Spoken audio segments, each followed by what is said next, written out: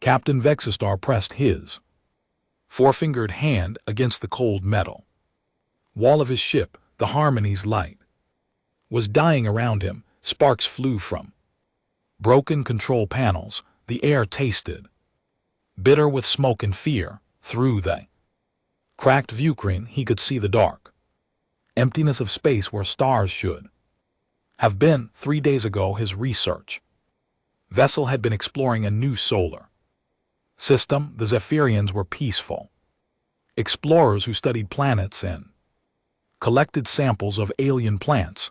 They had no weapons on their ship. Violence was something their people had forgotten long ago. War was just an old word in their history books, but the universe still remembered war. Pirates had found them. The attack came without warning. Laser fire tore through their hull like paper.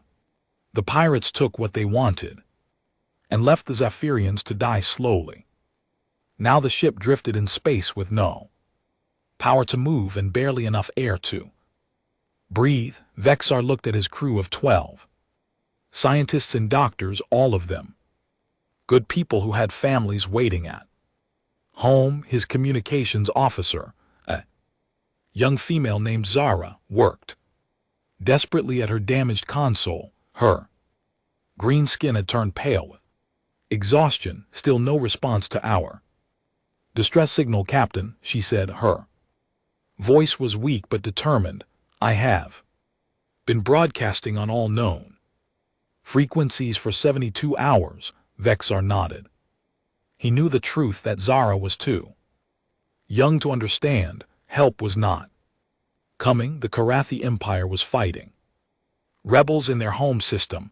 The Million Collective was busy with trade disputes.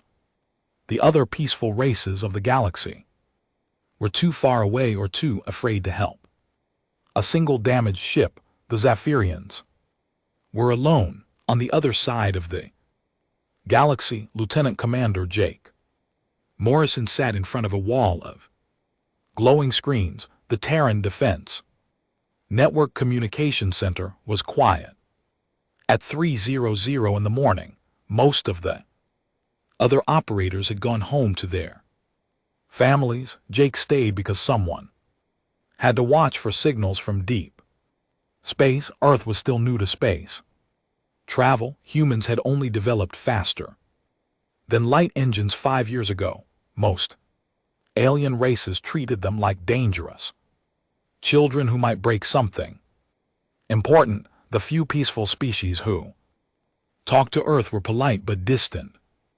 They seemed afraid of humans for reasons Jake did not understand.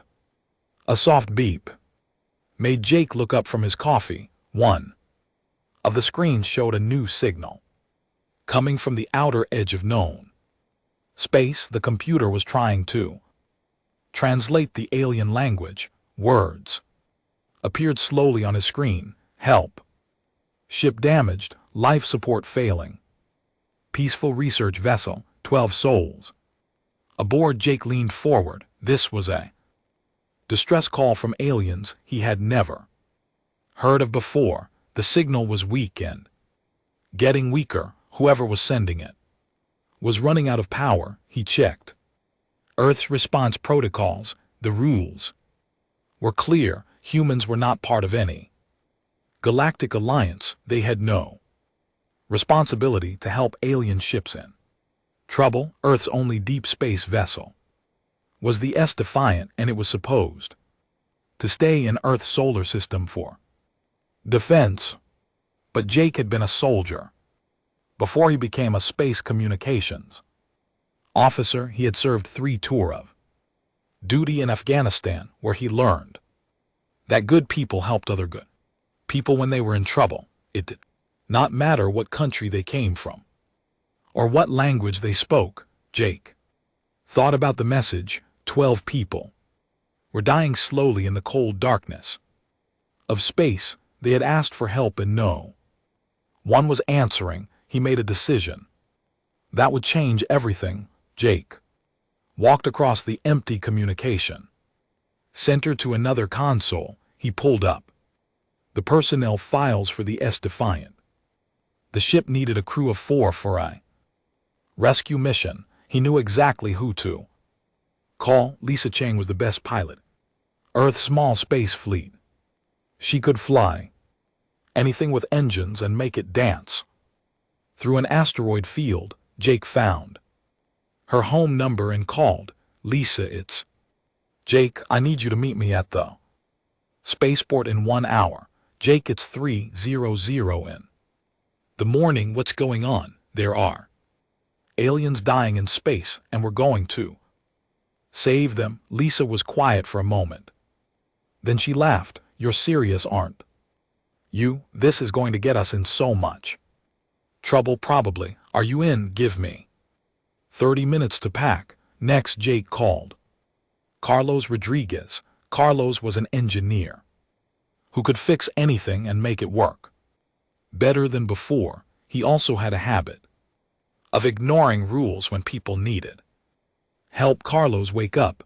Emergency rescue mission. Space aliens. 1 hour. Are we stealing the Defiant? Borrowing? Even better. I'll bring my tools.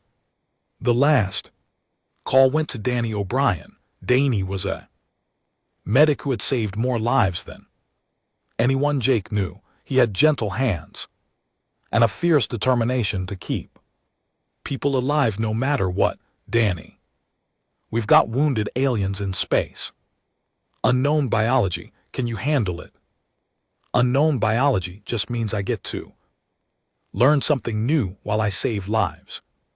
I'll grab my medical kit.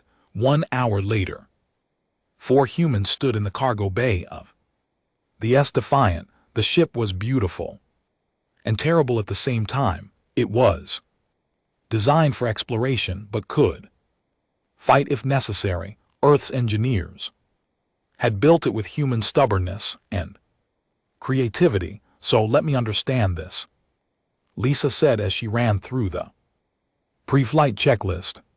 We're stealing Earth's only deep space warship to rescue aliens that most humans have never heard of. That's about right, Jake replied. He was entering the coordinates from the distress signal into the navigation computer. And we're doing this. Why? Carlos asked while checking the ship systems. Danny looked up from his medical supplies. Because they asked for help and no one else is coming. That's a good enough reason for me, Lisa said. She pressed the engine start sequence. The Defiant's massive engines came to life with a sound like controlled thunder. Jake sat in the captain's chair and opened HFY communications. This is unofficial rescue mission 1.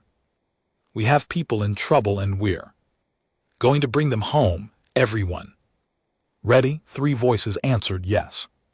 Then let's go save some lives. The Defiant lifted off from Earth and jumped to hyperspace. Behind them, alarms started going off in military bases around the world. Earth's only deep space warship had just been stolen by 4 people who thought helping strangers was more important than following orders. In space, Captain Vexeter felt his ship shudder as another system failed. The temperature was dropping as their heating system lost power. His crew huddled together for warmth, but he could see the fear in their large dark eyes. Captain Zara called out weakly, I'm getting a response to our distress call. Bixar felt hope stir in his chest for the first time in days. Who is responding?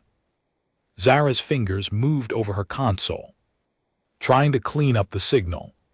The message is in a language the computer doesn't recognize. It's coming from.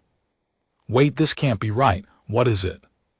The signal is coming from the direction of the Sol system. That's where they humans live. Vexar felt his hope turned to confusion. The humans were new to space travel. They were not part of any alliance or rescue organization. Most important, they were said to be Dangerous, other species warned that. Humans were violent and unpredictable. Are you certain? Yes, Captain, a human. Ship is coming to help us. Vexar looked at his crew. They were scientists and explorers who had spent their lives studying the peaceful species of the galaxy. Now their only hope for survival was coming from a race that the galaxy feared, but they were out of options.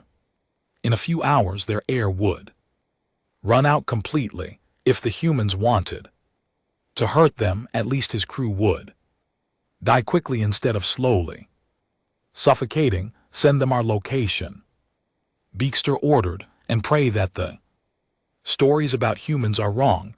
In hyperspace, the S-defiant raced toward a meeting that would change the galaxy forever. 4 humans who had never met an alien were about to discover what it meant to be the species that others called when they needed help. The S-defiant dropped out of hyperspace 3 days after leaving Earth. Jake Morrison stood on the bridge looking at the sensor readings with growing concern. What they found was much worse than a single damaged research ship. Lisa, are you seeing this? Jake asked. Lisa Cheng sat in the pilot's seat, her hands dancing over the controls as she tried to make sense of what the sensors were telling them. I count 15 ships total. 12 look like they match our distress signal, but those other 3, those are warships, Carlos Rodriguez said from the engineering station. His voice was tight with worry. Big ones, and they're not here to help. Danny O'Brien moved to the medical scanners. Jake, I'm reading life signs on the damaged ships, but they're weak. Whatever's happening here, we need to move fast. Jake studied the tactical display. The situation was clear and terrible. A small fleet of peaceful alien ships was surrounded by 3 massive predator vessels. The attacking ships were sleek and dark, built for one purpose: violence. They were like wolves circling wounded deer. Carlos, what can you tell me about those attack ships? Carlos pulled up the computer's database. Unknown alien species. According to Earth's files, those look like Krillian raiders. The database says they're a warrior race that attacks peaceful ships for slaves and cargo. They've been terrorizing this part of space for decades. How many crew on each raider ship? Probably 200 fighters each. That's 600 armed aliens. Lisa turned around in her pilot's seat. And there are 4 of us. Not good odds, Danny said quietly. Jake felt the weight of command settle on his shoulders. Back on Earth, this would be simple. A military unit would call for backup, develop a careful plan, and attack with overwhelming force.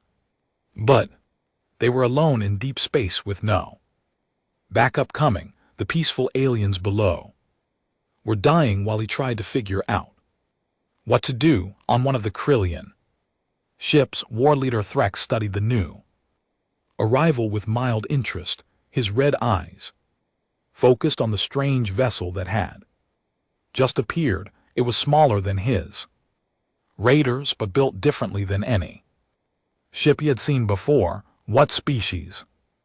He growled to his sensor operator. Unknown, War Leader. The ship design does not match our database. Threx laughed, a harsh sound that echoed through his ship's bridge. One small ship against 3 raiders. Either they are very brave or very stupid. Should we destroy them? Not yet. Let them watch us finish with the Zephyrians first. Then we will capture their ship and see what new species we have found. Threx turned back to his main target. The Zephyrian research fleet was almost ready to surrender. Their ships were damaged and helpless. Soon he would have new slaves to sell and cargo to steal. The unknown Ship could wait its turn on the S. Defiant, Jake made his decision.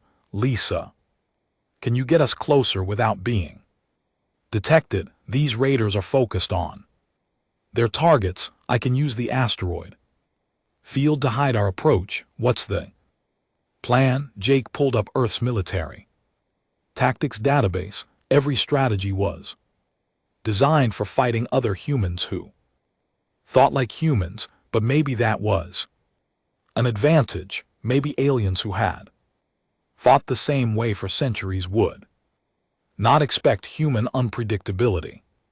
We're going to hit them fast and disappear. Carlos, I need you to modify our weapons. More power, shorter range, maximum damage. I can do that, but our energy reserves won't last long in a sustained fight. We're not going to fight fair, Jake said. We're going to fight like humans. Danny looked up from his medical station. What can I do? Get ready to treat alien wounded. We don't know their biology, but you'll figure it out. The S-Defiant moved through the asteroid field like a hunting cat.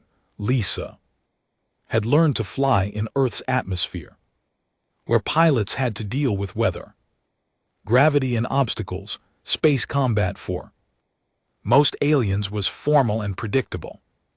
Human pilots flew like the universe was trying to kill them, because on Earth it usually was. First target in range, Lisa reported. The raider on the left flank. Fire, Jake ordered. The Defiant's modified weapons struck the Krillian ship like a hammer blow. Carlos had focused all their firepower into a narrow beam that cut through armor like paper. The raider's shields collapsed and its hull cracked open. Direct hit there. Venting atmosphere. Move to the next target. Don't give them time to react. But the Krillians were already reacting. War leader Thrax roared orders as his ship turned to face this new threat. Unknown vessel moved like nothing he had ever seen. It twisted and rolled through space using maneuvers that should have torn it apart. All ships destroy the intruder, Thrax commanded. The three raider ships opened fire with everything they had. Laser beams and plasma bolts filled the space around the Defiant. But Lisa flew through the weapon's fire like she was dancing. She used the damaged Zaffron ships as cover, forcing the raiders to choose between hitting the humans or destroying their own prizes. These aliens are terrible shots, Lisa said as she rolled the ship under a barrage of laser fire. They're not used to targets that move like we do, Jake replied. Keep them guessing. Defiant struck again. This time Carlos had prepared a different surprise. Instead of a focused beam, he fired a spread of small projectiles. Simple chunks of metal accelerated to incredible speed. The second raider ship ran straight into the cloud of debris. Its armor held, but the impacts knocked out its weapon systems. Jake, I've got an idea, Carlos said. These raiders expect ship-to-ship combat. What if we don't give them a ship to shoot at? What do you mean? I can overload our main reactor and eject it like a torpedo. When it explodes, it'll look like they destroyed us, but we'll already be gone. It was a crazy plan. It was also typically human, using their own ships. Destruction as a weapon. Do it, Carlos worked frantically at his console. Reactor ready to eject. Lisa, I need you to put us right between those two remaining raiders. You want me to fly into a crossfire? Trust me. Lisa pushed the Defiant's engines to maximum.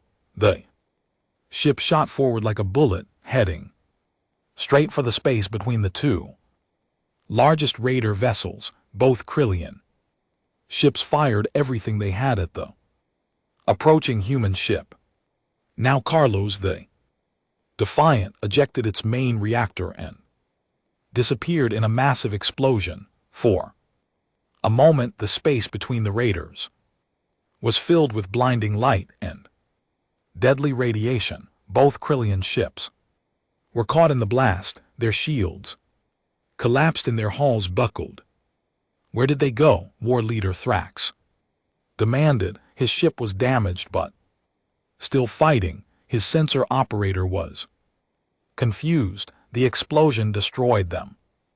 But I don't see any debris. What the Krillians could not see was the Defiant hidden in the shadow of a large asteroid the ship was running on.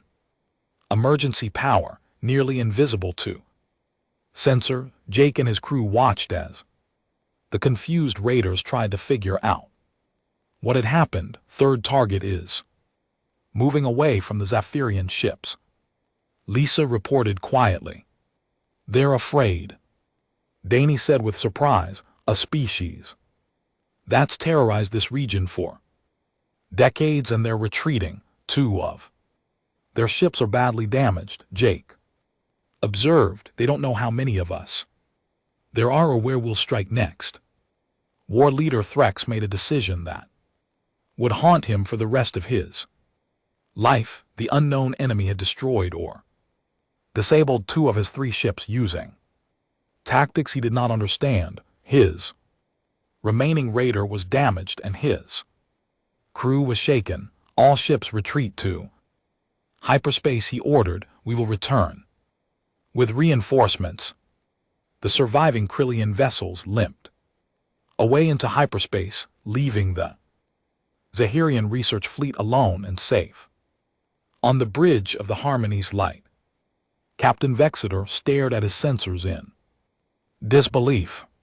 The human ship had appeared from nowhere and driven off 3 raider vessels in less than an hour. Now it was approaching his damaged fleet. There, sending a communication, Zara reported.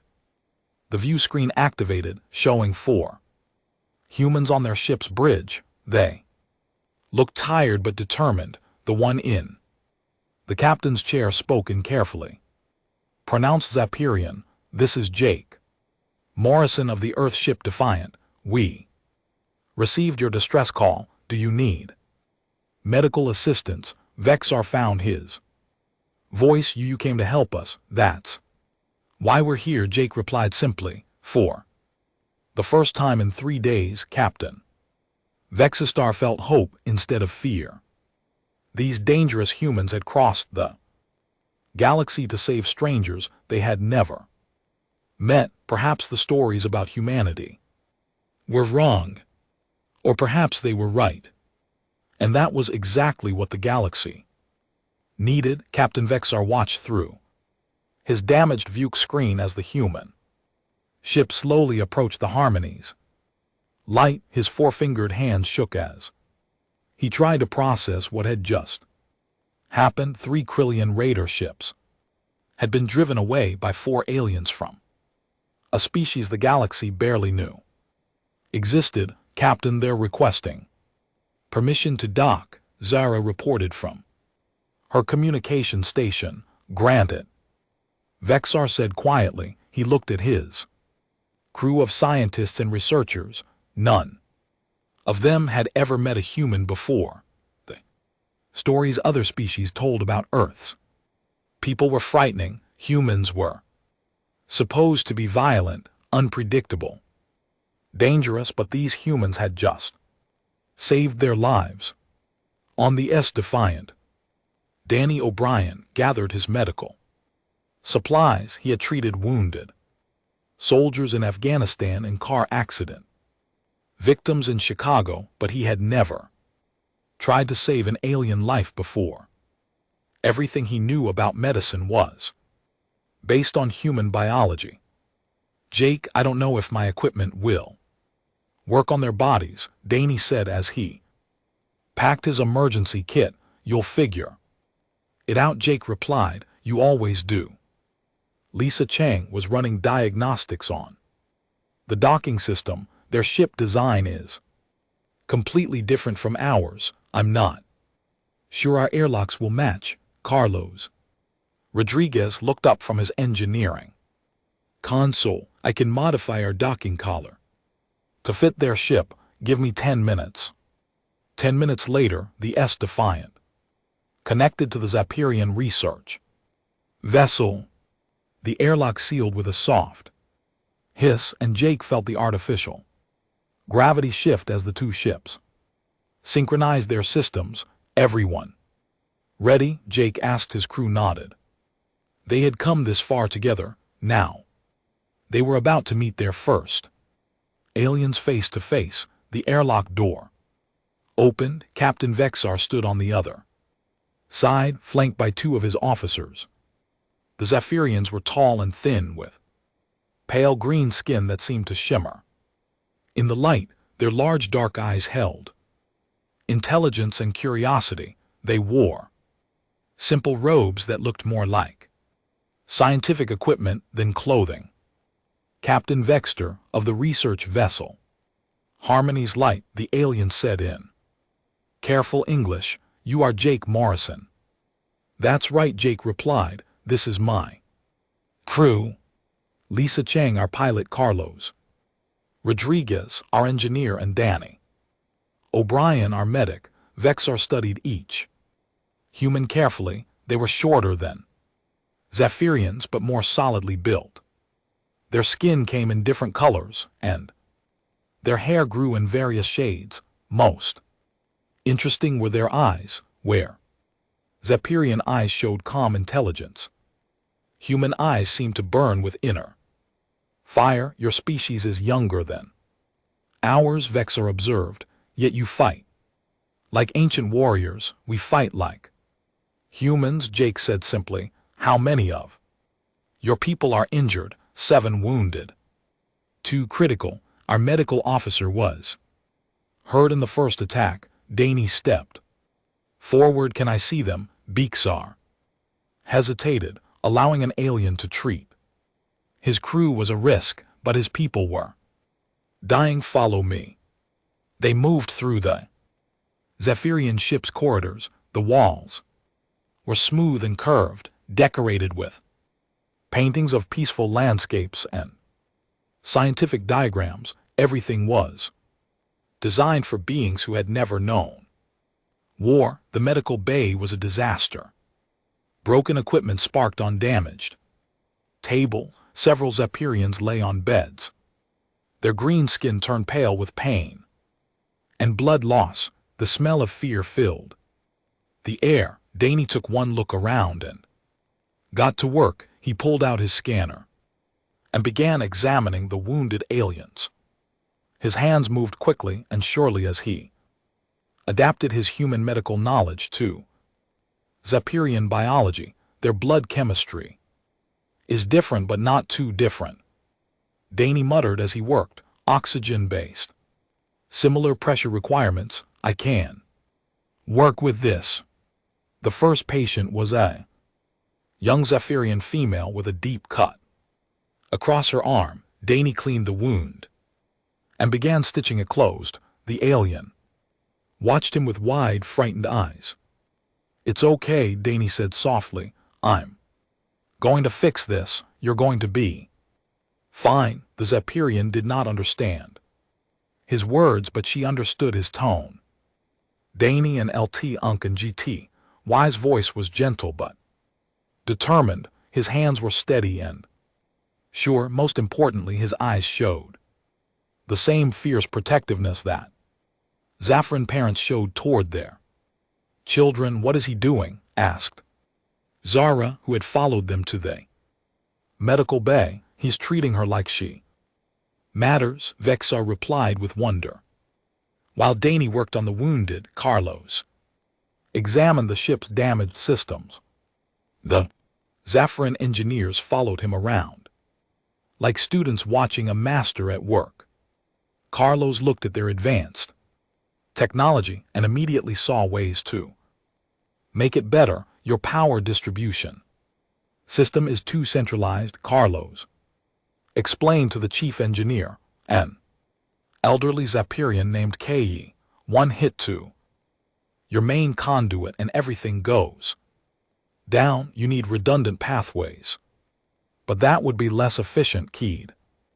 Efficiency doesn't matter if you're dead, Carlos replied. He began pulling panels off the walls showing the Zephyrian engineers how to reroute power around damaged sections. On Earth we build everything like it's going to break because it probably will. The Zephyrians watched in fascination as Carlos jury-rigged their systems with spare parts from the human ship. He connected incompatible technologies using methods that violated several engineering principles but somehow worked perfectly. How do you know this will function? Key asked. Because I understand what the machines want to do, Carlos said as he sealed a power coupling with tape and wire. Your people build things to be perfect. Humans build things to survive. Meanwhile, Lisa had discovered something that changed everything. In the ship's recreation area, she found a group of young Zephyrians hiding under tables. They were children, barely old enough to understand what had happened to their ship. The young aliens were terrified. They had heard adult Zephyrians talking about the violent humans who had saved them. Stories said humans were dangerous predators who came from a death world. But when Lisa knelt down to their level, they saw something different. Hey there, Lisa said softly. Are you scared? The children did not understand her words, but they understood her smile. Lisa sat on the floor next to their hiding place and began showing them pictures on her tablet computer. Images of Earth appeared on the screen.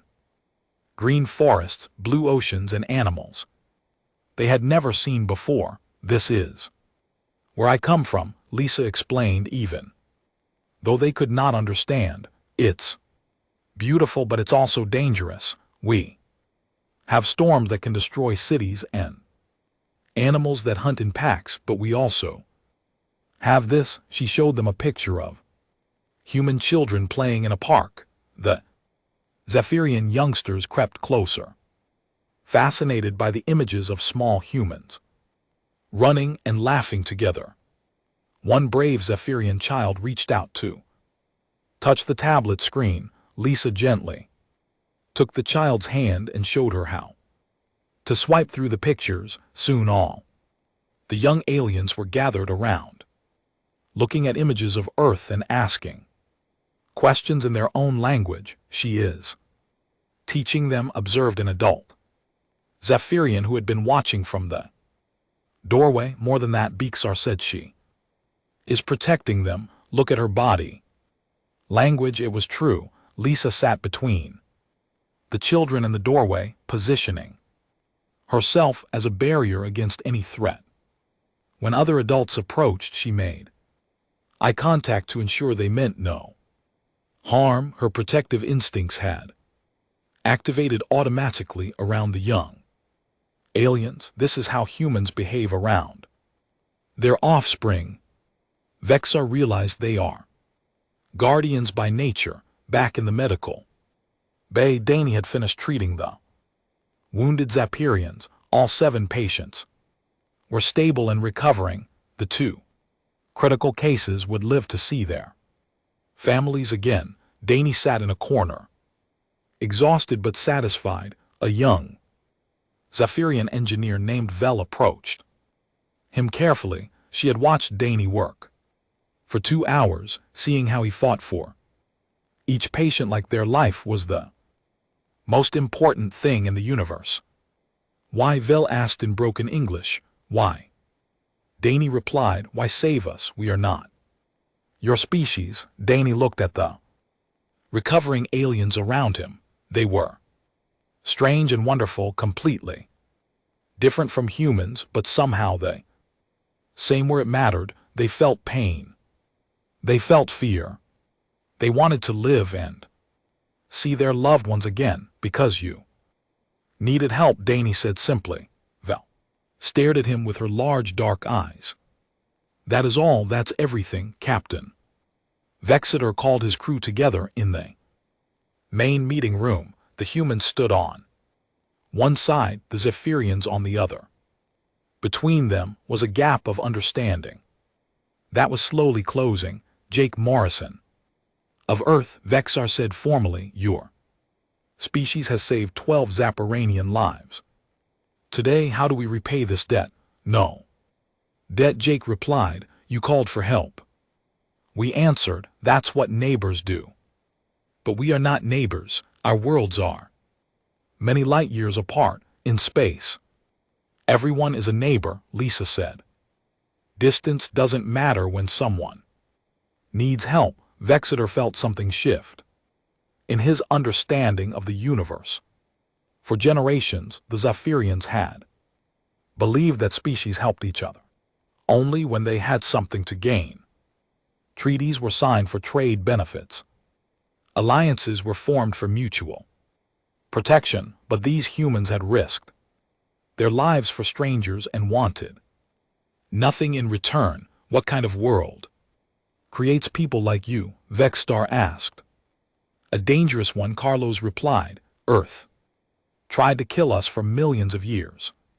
Storms, earthquakes, predators, diseases. We survived by helping each other. The ones who worked together lived, the ones who didn't died. So you help others because your world taught you to." News traveled fast across the galaxy. Within 1 week, every major species knew about the humans who had driven off Krillian raiders to save a Zephyrian research fleet. The story grew.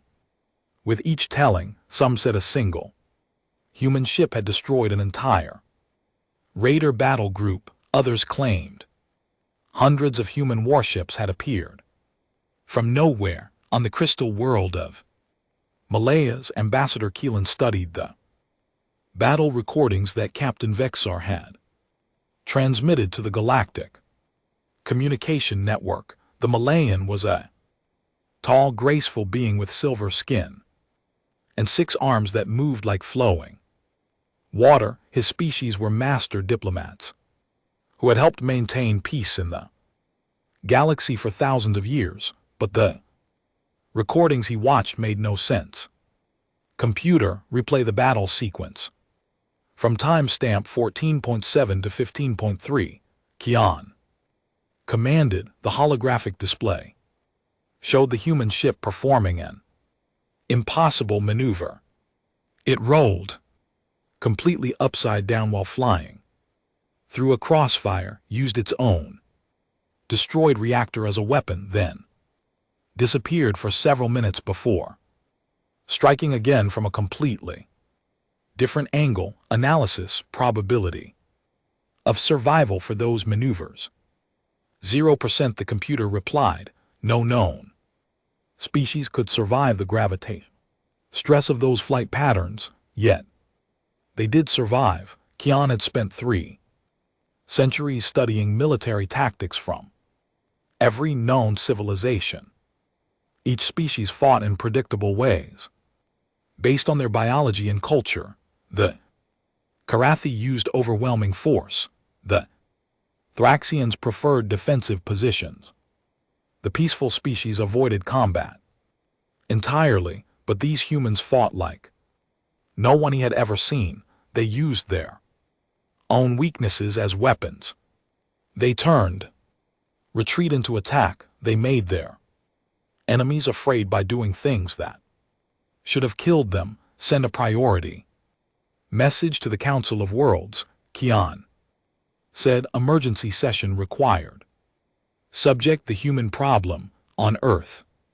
Jake Morrison sat in a military courtroom facing a panel of senior officers. His crew stood beside him, all of them in dress uniforms with their ranks stripped away. They had been charged with theft of military property, unauthorized departure from Earth space, and making first contact without government approval. General Patricia Hayes read the charges in a voice like ICE, Lieutenant Commander Morrison, you and your crew stole humanity's most advanced warship and left Earth's solar system without permission. How do you plead? Guilty, ma'am, Jake replied. Without hesitation, you understand that these charges could result in life imprisonment. Yes, ma'am. General Hayes leaned forward. Then why did you do it? Jake looked at his crew. Lisa Chang stood straight and proud. Carlos Rodriguez had oil stains on his uniform from working on alien technology. Danny O'Brien still had Zephyrian medical data on his tablet, trying to understand alien biology so he could help more people. Because 12 people were going to die if we did nothing, Jake said simply. 12 aliens, General Hayes corrected. Not humans, not our responsibility. 12 people, Jake repeated firmly. It doesn't matter what planet they came from. The courtroom was quiet for a long moment. General Hayes had read Jake's military record. He was a decorated soldier who had saved human lives in Afghanistan. His crew were all exemplary officers with spotless records. They were not criminals or rebels. They were good people who had risked everything to help strangers. The court will recess for deliberation, General Hayes announced, but before the judges could leave, the courtroom doors opened. Young lieutenant ran in carrying an urgent message tablet. He handed it to General Hayes and whispered something in her ear. The general's expression changed as she read the message. She looked up at Jake and his crew with something like wonder in her eyes. It seems your unauthorized rescue mission has caused quite a stir, she said. Zephyrian government has formally invited Earth to join the Galactic Council. The Million Collective wants to establish trade relations, and 3 other species have requested human assistance with their own pirate problems. Jake felt a flutter of hope in his chest.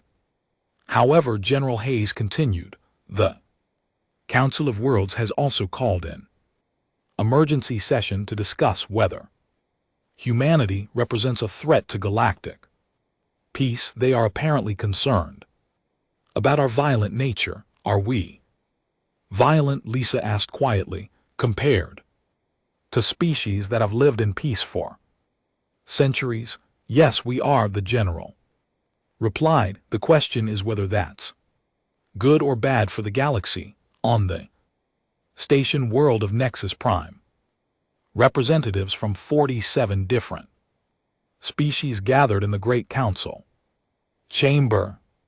The room was a marvel of alien architecture, with floating seats arranged in concentric circles around a central platform. Each species sat in an area designed for their particular biology and comfort needs. Elder Zenth of the Cathy Empire was the first to speak. His people were reptilian warriors who had given up conquest centuries ago to become protectors of trade routes. Zenth Golden Scales caught the light as he rose from his heated chair. Fellow council members, Zenth began, his voice carrying the authority of 1,000 years of leadership. We face a new situation that could change everything we have built. The humans of Earth have demonstrated military capabilities that concern me greatly. Murmurs rippled through the chamber. The Karathi were respected throughout the galaxy. If they were worried, others would listen. The battle recordings showed tactics we have never seen before. Zen continued, these humans fight without honor, without rules, without predictability. They use their own ships as weapons. They strike from impossible positions. They do not follow any known military doctrine. Ambassador Keelan of the Million Collective requested permission to speak. Elder Zen raises valid concerns. However, we must also consider that the humans use these tactics to save civilian lives, not to conquer territory. Intent does not matter, Zenth replied sharply. A species that can defeat Krillian raiders so easily could defeat any of our military forces just as quickly. They are too dangerous to ignore. Captain Vexar stood up in the section reserved for the Zapirian delegation. As the alien who had actually met humans face to face, his words would carry special weight. Honored council members, Vexar said, his voice carrying across the vast chamber. I have spent 6 days with the humans who saved my ship. I have watched them work, listened to them speak, observed how they treat others. Yes, they are dangerous, but they are not dangerous to us. Explain, demanded Elder Zenth. The humans come from what we would call a death world. Their planet tried to kill them for millions of years. They survived by developing traits we find frightening: aggression, unpredictability, willingness to take terrible risks. But they also developed something else. Vexar activated a holographic display showing images from his ship's security cameras. The council watched Danny O'Brien working frantically to save wounded Zafirians. They saw Lisa Chang protecting alien children. They witnessed Carlos Rodriguez teaching Zafaran engineers how to build better systems. They developed an instinct to protect others. Vexar continued, not just their own species, but anyone who needs help. They crossed the galaxy to save strangers they had never met. They asked for nothing in return. This is not the behavior of conquerors. But what happens when their interests conflict with ours? Asked Representative Thaw of the Aquatic Federation. What happens when helping one species means harming another? It was a good question that made the entire council uncomfortable. The galaxy had been at peace for centuries because conflicts were resolved through negotiation and compromise. But humans seem to believe in absolute right and wrong, good and evil. Elder Zenth spoke again. The humans have already demonstrated that they will ignore our laws and treaties when they believe someone needs help. They stole their own government's warship to rescue aliens they had no obligation to save. What happens when they decide our laws are preventing them from doing what they think is right? The chamber fell silent as council members considered this possibility. Finally, a new voice spoke. From the visitors' gallery, President Helen Martinez of Earth had arrived on Nexus Prime to observe the proceedings. She was a small woman with graying hair and tired eyes, but her voice carried the authority of someone who had led humanity through its first contact with alien civilizations. Honored council members, President Martinez said, "You asking the wrong question. You're asking what humans will do if our interests conflict with yours. But you should be asking what we'll do if innocent people are in danger and no one else will help them." She stood up, and every alien in the chamber focused on her. The answer is simple. We'll help them anyway. We'll break rules, ignore treaties, and risk everything to save lives, because that's what humans do. We don't ask permission to do what's right. Elder Zenth's scales darkened with concern. And if the Council of Worlds decides that humanity is too dangerous to be allowed freedom in space? President Martinez smiled, and there was something in that expression that made several council members shift uncomfortably in their seats. "Then you'll have to stop us," she said quietly. "Good luck with that."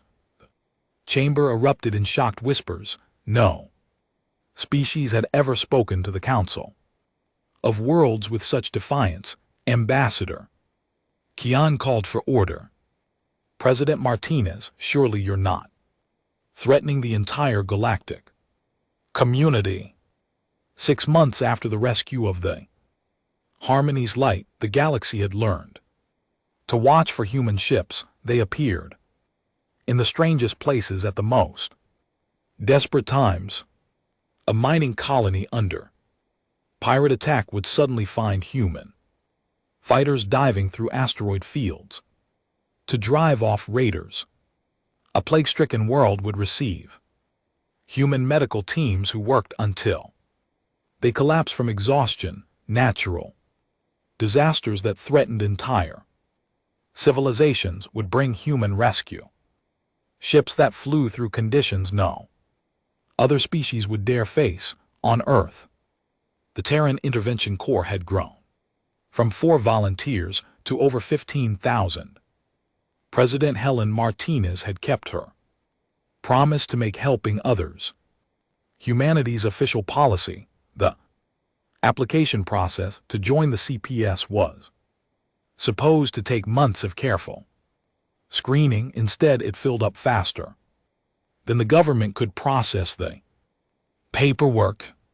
Jake Morrison, now Admiral of the Terran Intervention Corps, stood on the bridge of his new flagship, the S.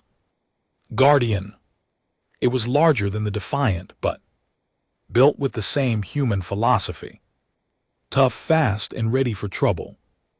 Around him, his original crew had taken on new responsibilities. Lisa Chang commanded the fighter squadrons. Carlos Rodriguez led the engineering teams. Danny O'Brien ran the medical corps. The bridge was quiet as they traveled through hyperspace toward their latest assignment. A distress call had come from New Harmony, a peaceful trading station at the edge of known space. Pirates were demanding surrender, and the local defense forces were too far away to help. Jake, you need to see this, Lisa said from her console. I'm reading 40 ships surrounding the trading station. Jake moved to the tactical display. What he saw made his blood run cold. Those aren't pirates, those are Krillian Empire warships, the same species that attacked the Zapirians. Same ones, but this is different. This is their entire battle fleet. Carlos pulled up intelligence reports on his screen. According to our sources, the Krillian Empire has been planning this for months. They want to make an example of New Harmony, show the galaxy that helping humans was a mistake. Danny looked up from his medical station. How many people are on that trading station? 1,500 beings from 12 different species. Jake replied, including families, including children. The bridge fell silent. Everyone understood what they were facing. This was not a rescue mission anymore. This was war, sir, reported Lieutenant Kevin Walsh from the communication station. I'm receiving a transmission from the Council of Worlds. They're asking us to wait for backup. How long? Jake asked. 3 days minimum. Maybe a week. Jake looked at the sensor readings again. 40 enemy warships against whatever human vessels could reach the battle in time. The odds were impossible. The smart thing to do was wait for the galactic community to organize a proper response, but 1,500 innocent people would be dead or enslaved by then. Send a message to all Terran Intervention Corps vessels in this sector. Jake ordered emergency response to New Harmony. All available ships, sir. That's only 37 vessels. Most of them are converted civilian ships. Then that's what we fight with. Over the next 2 hours, human ships began dropping out of hyperspace near New Harmony. They were not the sleek warships of military fleets. They were cargo haulers with weapons bolted to their hulls, passenger liners converted to troop transports, mining ships equipped with military shields. Each one was crewed by volunteers who had answered the call. Captain Sarah Bennett arrived in a converted hospital ship. Jake, my crew is mostly doctors and nurses. We're not fighters. Then stay back and prepare to treat wounded, Jake replied. Both theirs and ours. Commander Ryan Foster brought 12 mining vessels from the outer colonies. Admire, these ships weren't built for combat. Half my crews are civilian volunteers, the best kind of crew, Jake said. They're fighting for something they believe in. As the human fleet assembled, the Krillian Empire watched with growing confusion. War leader Threx, the same commander who had fled from the human ship months earlier, commanded the enemy fleet from his flagship, the Blood Talon. How many human ships? He asked his censor officer. 37 vessels, war leader. Most appear to be civilian craft with minimal weapons. 3 studied the tactical display. The humans were outnumbered and outgunned. Their ships were smaller and less powerful than Krillian warships. This should be an easy victory, but something about the human formation made him uneasy. They had positioned themselves between his fleet and the trading station, completely blocking his access to the target. It was the formation of protectors, not conquerors. Open communications to the human fleet, Threx ordered. Jake's face appeared on the view screen of the Blood Talon. The human admiral looked tired but determined. Behind him, Threx could see the bridge of a ship built for work, not war. I am war leader Thrax of the Krillian Empire, Threx announced. Withdraw your ships and we will allow you to live. I'm Admiral Morrison of the Terran Intervention Corps, Jake replied calmly. You have 60 seconds to withdraw from this system before we remove you. Threx laughed, a harsh sound that echoed through his ship. You have 37 ships. I have 40 warships crewed by professional warriors. Your mathematics are poor. My mathematics are fine, Jake said. I count 40 ships that are about to get their asses kicked by a bunch of humans who don't like bullies. You would risk your lives for aliens you don't even know. Jake's expression hardened. That's exactly what we do. That's what humans do. The communication ended, leaving Threx staring at a blank screen. He had fought dozens of battles against dozens of species. He understood military tactics, political calculation, and strategic thinking, but he did not understand humans. War leader, his tactical officer, reported. The humans are moving into attack formation on the bridge of the S-Guardian. Jake opened fleet communications to address all 37 human ships.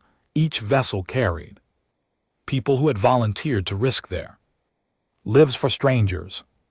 They were mechanics and doctors, teachers and farmers, students and retirees. None of them were professional soldiers, but all of them were human. This is Admiral Morrison to Terran Intervention Corps vessels. Today we face an enemy that wants to hurt innocent people. They think we'll run away because we're outnumbered. They think we'll give up because the odds are bad. They don't understand that humans don't abandon people who need help. Jake paused, looking around his bridge at the crew that had started this journey by stealing a single ship to save 12 Zapirians. 6 months ago, we were 4 people in a stolen ship trying to help strangers. Today, we're 15,000 volunteers from every nation on Earth, and we're still trying to help strangers. That's not going to change. When someone calls for help, humans answer, no matter the cost. He took a deep breath and gave the order that would be remembered throughout galactic history. All ships, engage the enemy. Let's show them what Deathers can do. The Battle of New Harmony lasted 4 hours and 17 minutes. When it was over, the Krillian Empire's battle fleet had been completely destroyed. 31 of their 40 warships were disabled or destroyed. The survivors fled into hyperspace and never returned to terrorize peaceful worlds again. The human fleet had lost 8 ships and 200 volunteers, but they had saved 500 innocent lives. News of the victory spread across the galaxy faster than light itself. For the first time in recorded history, a numerically inferior force had defeated the Krillian Empire in open battle. More importantly, they had done it to protect strangers they had never met.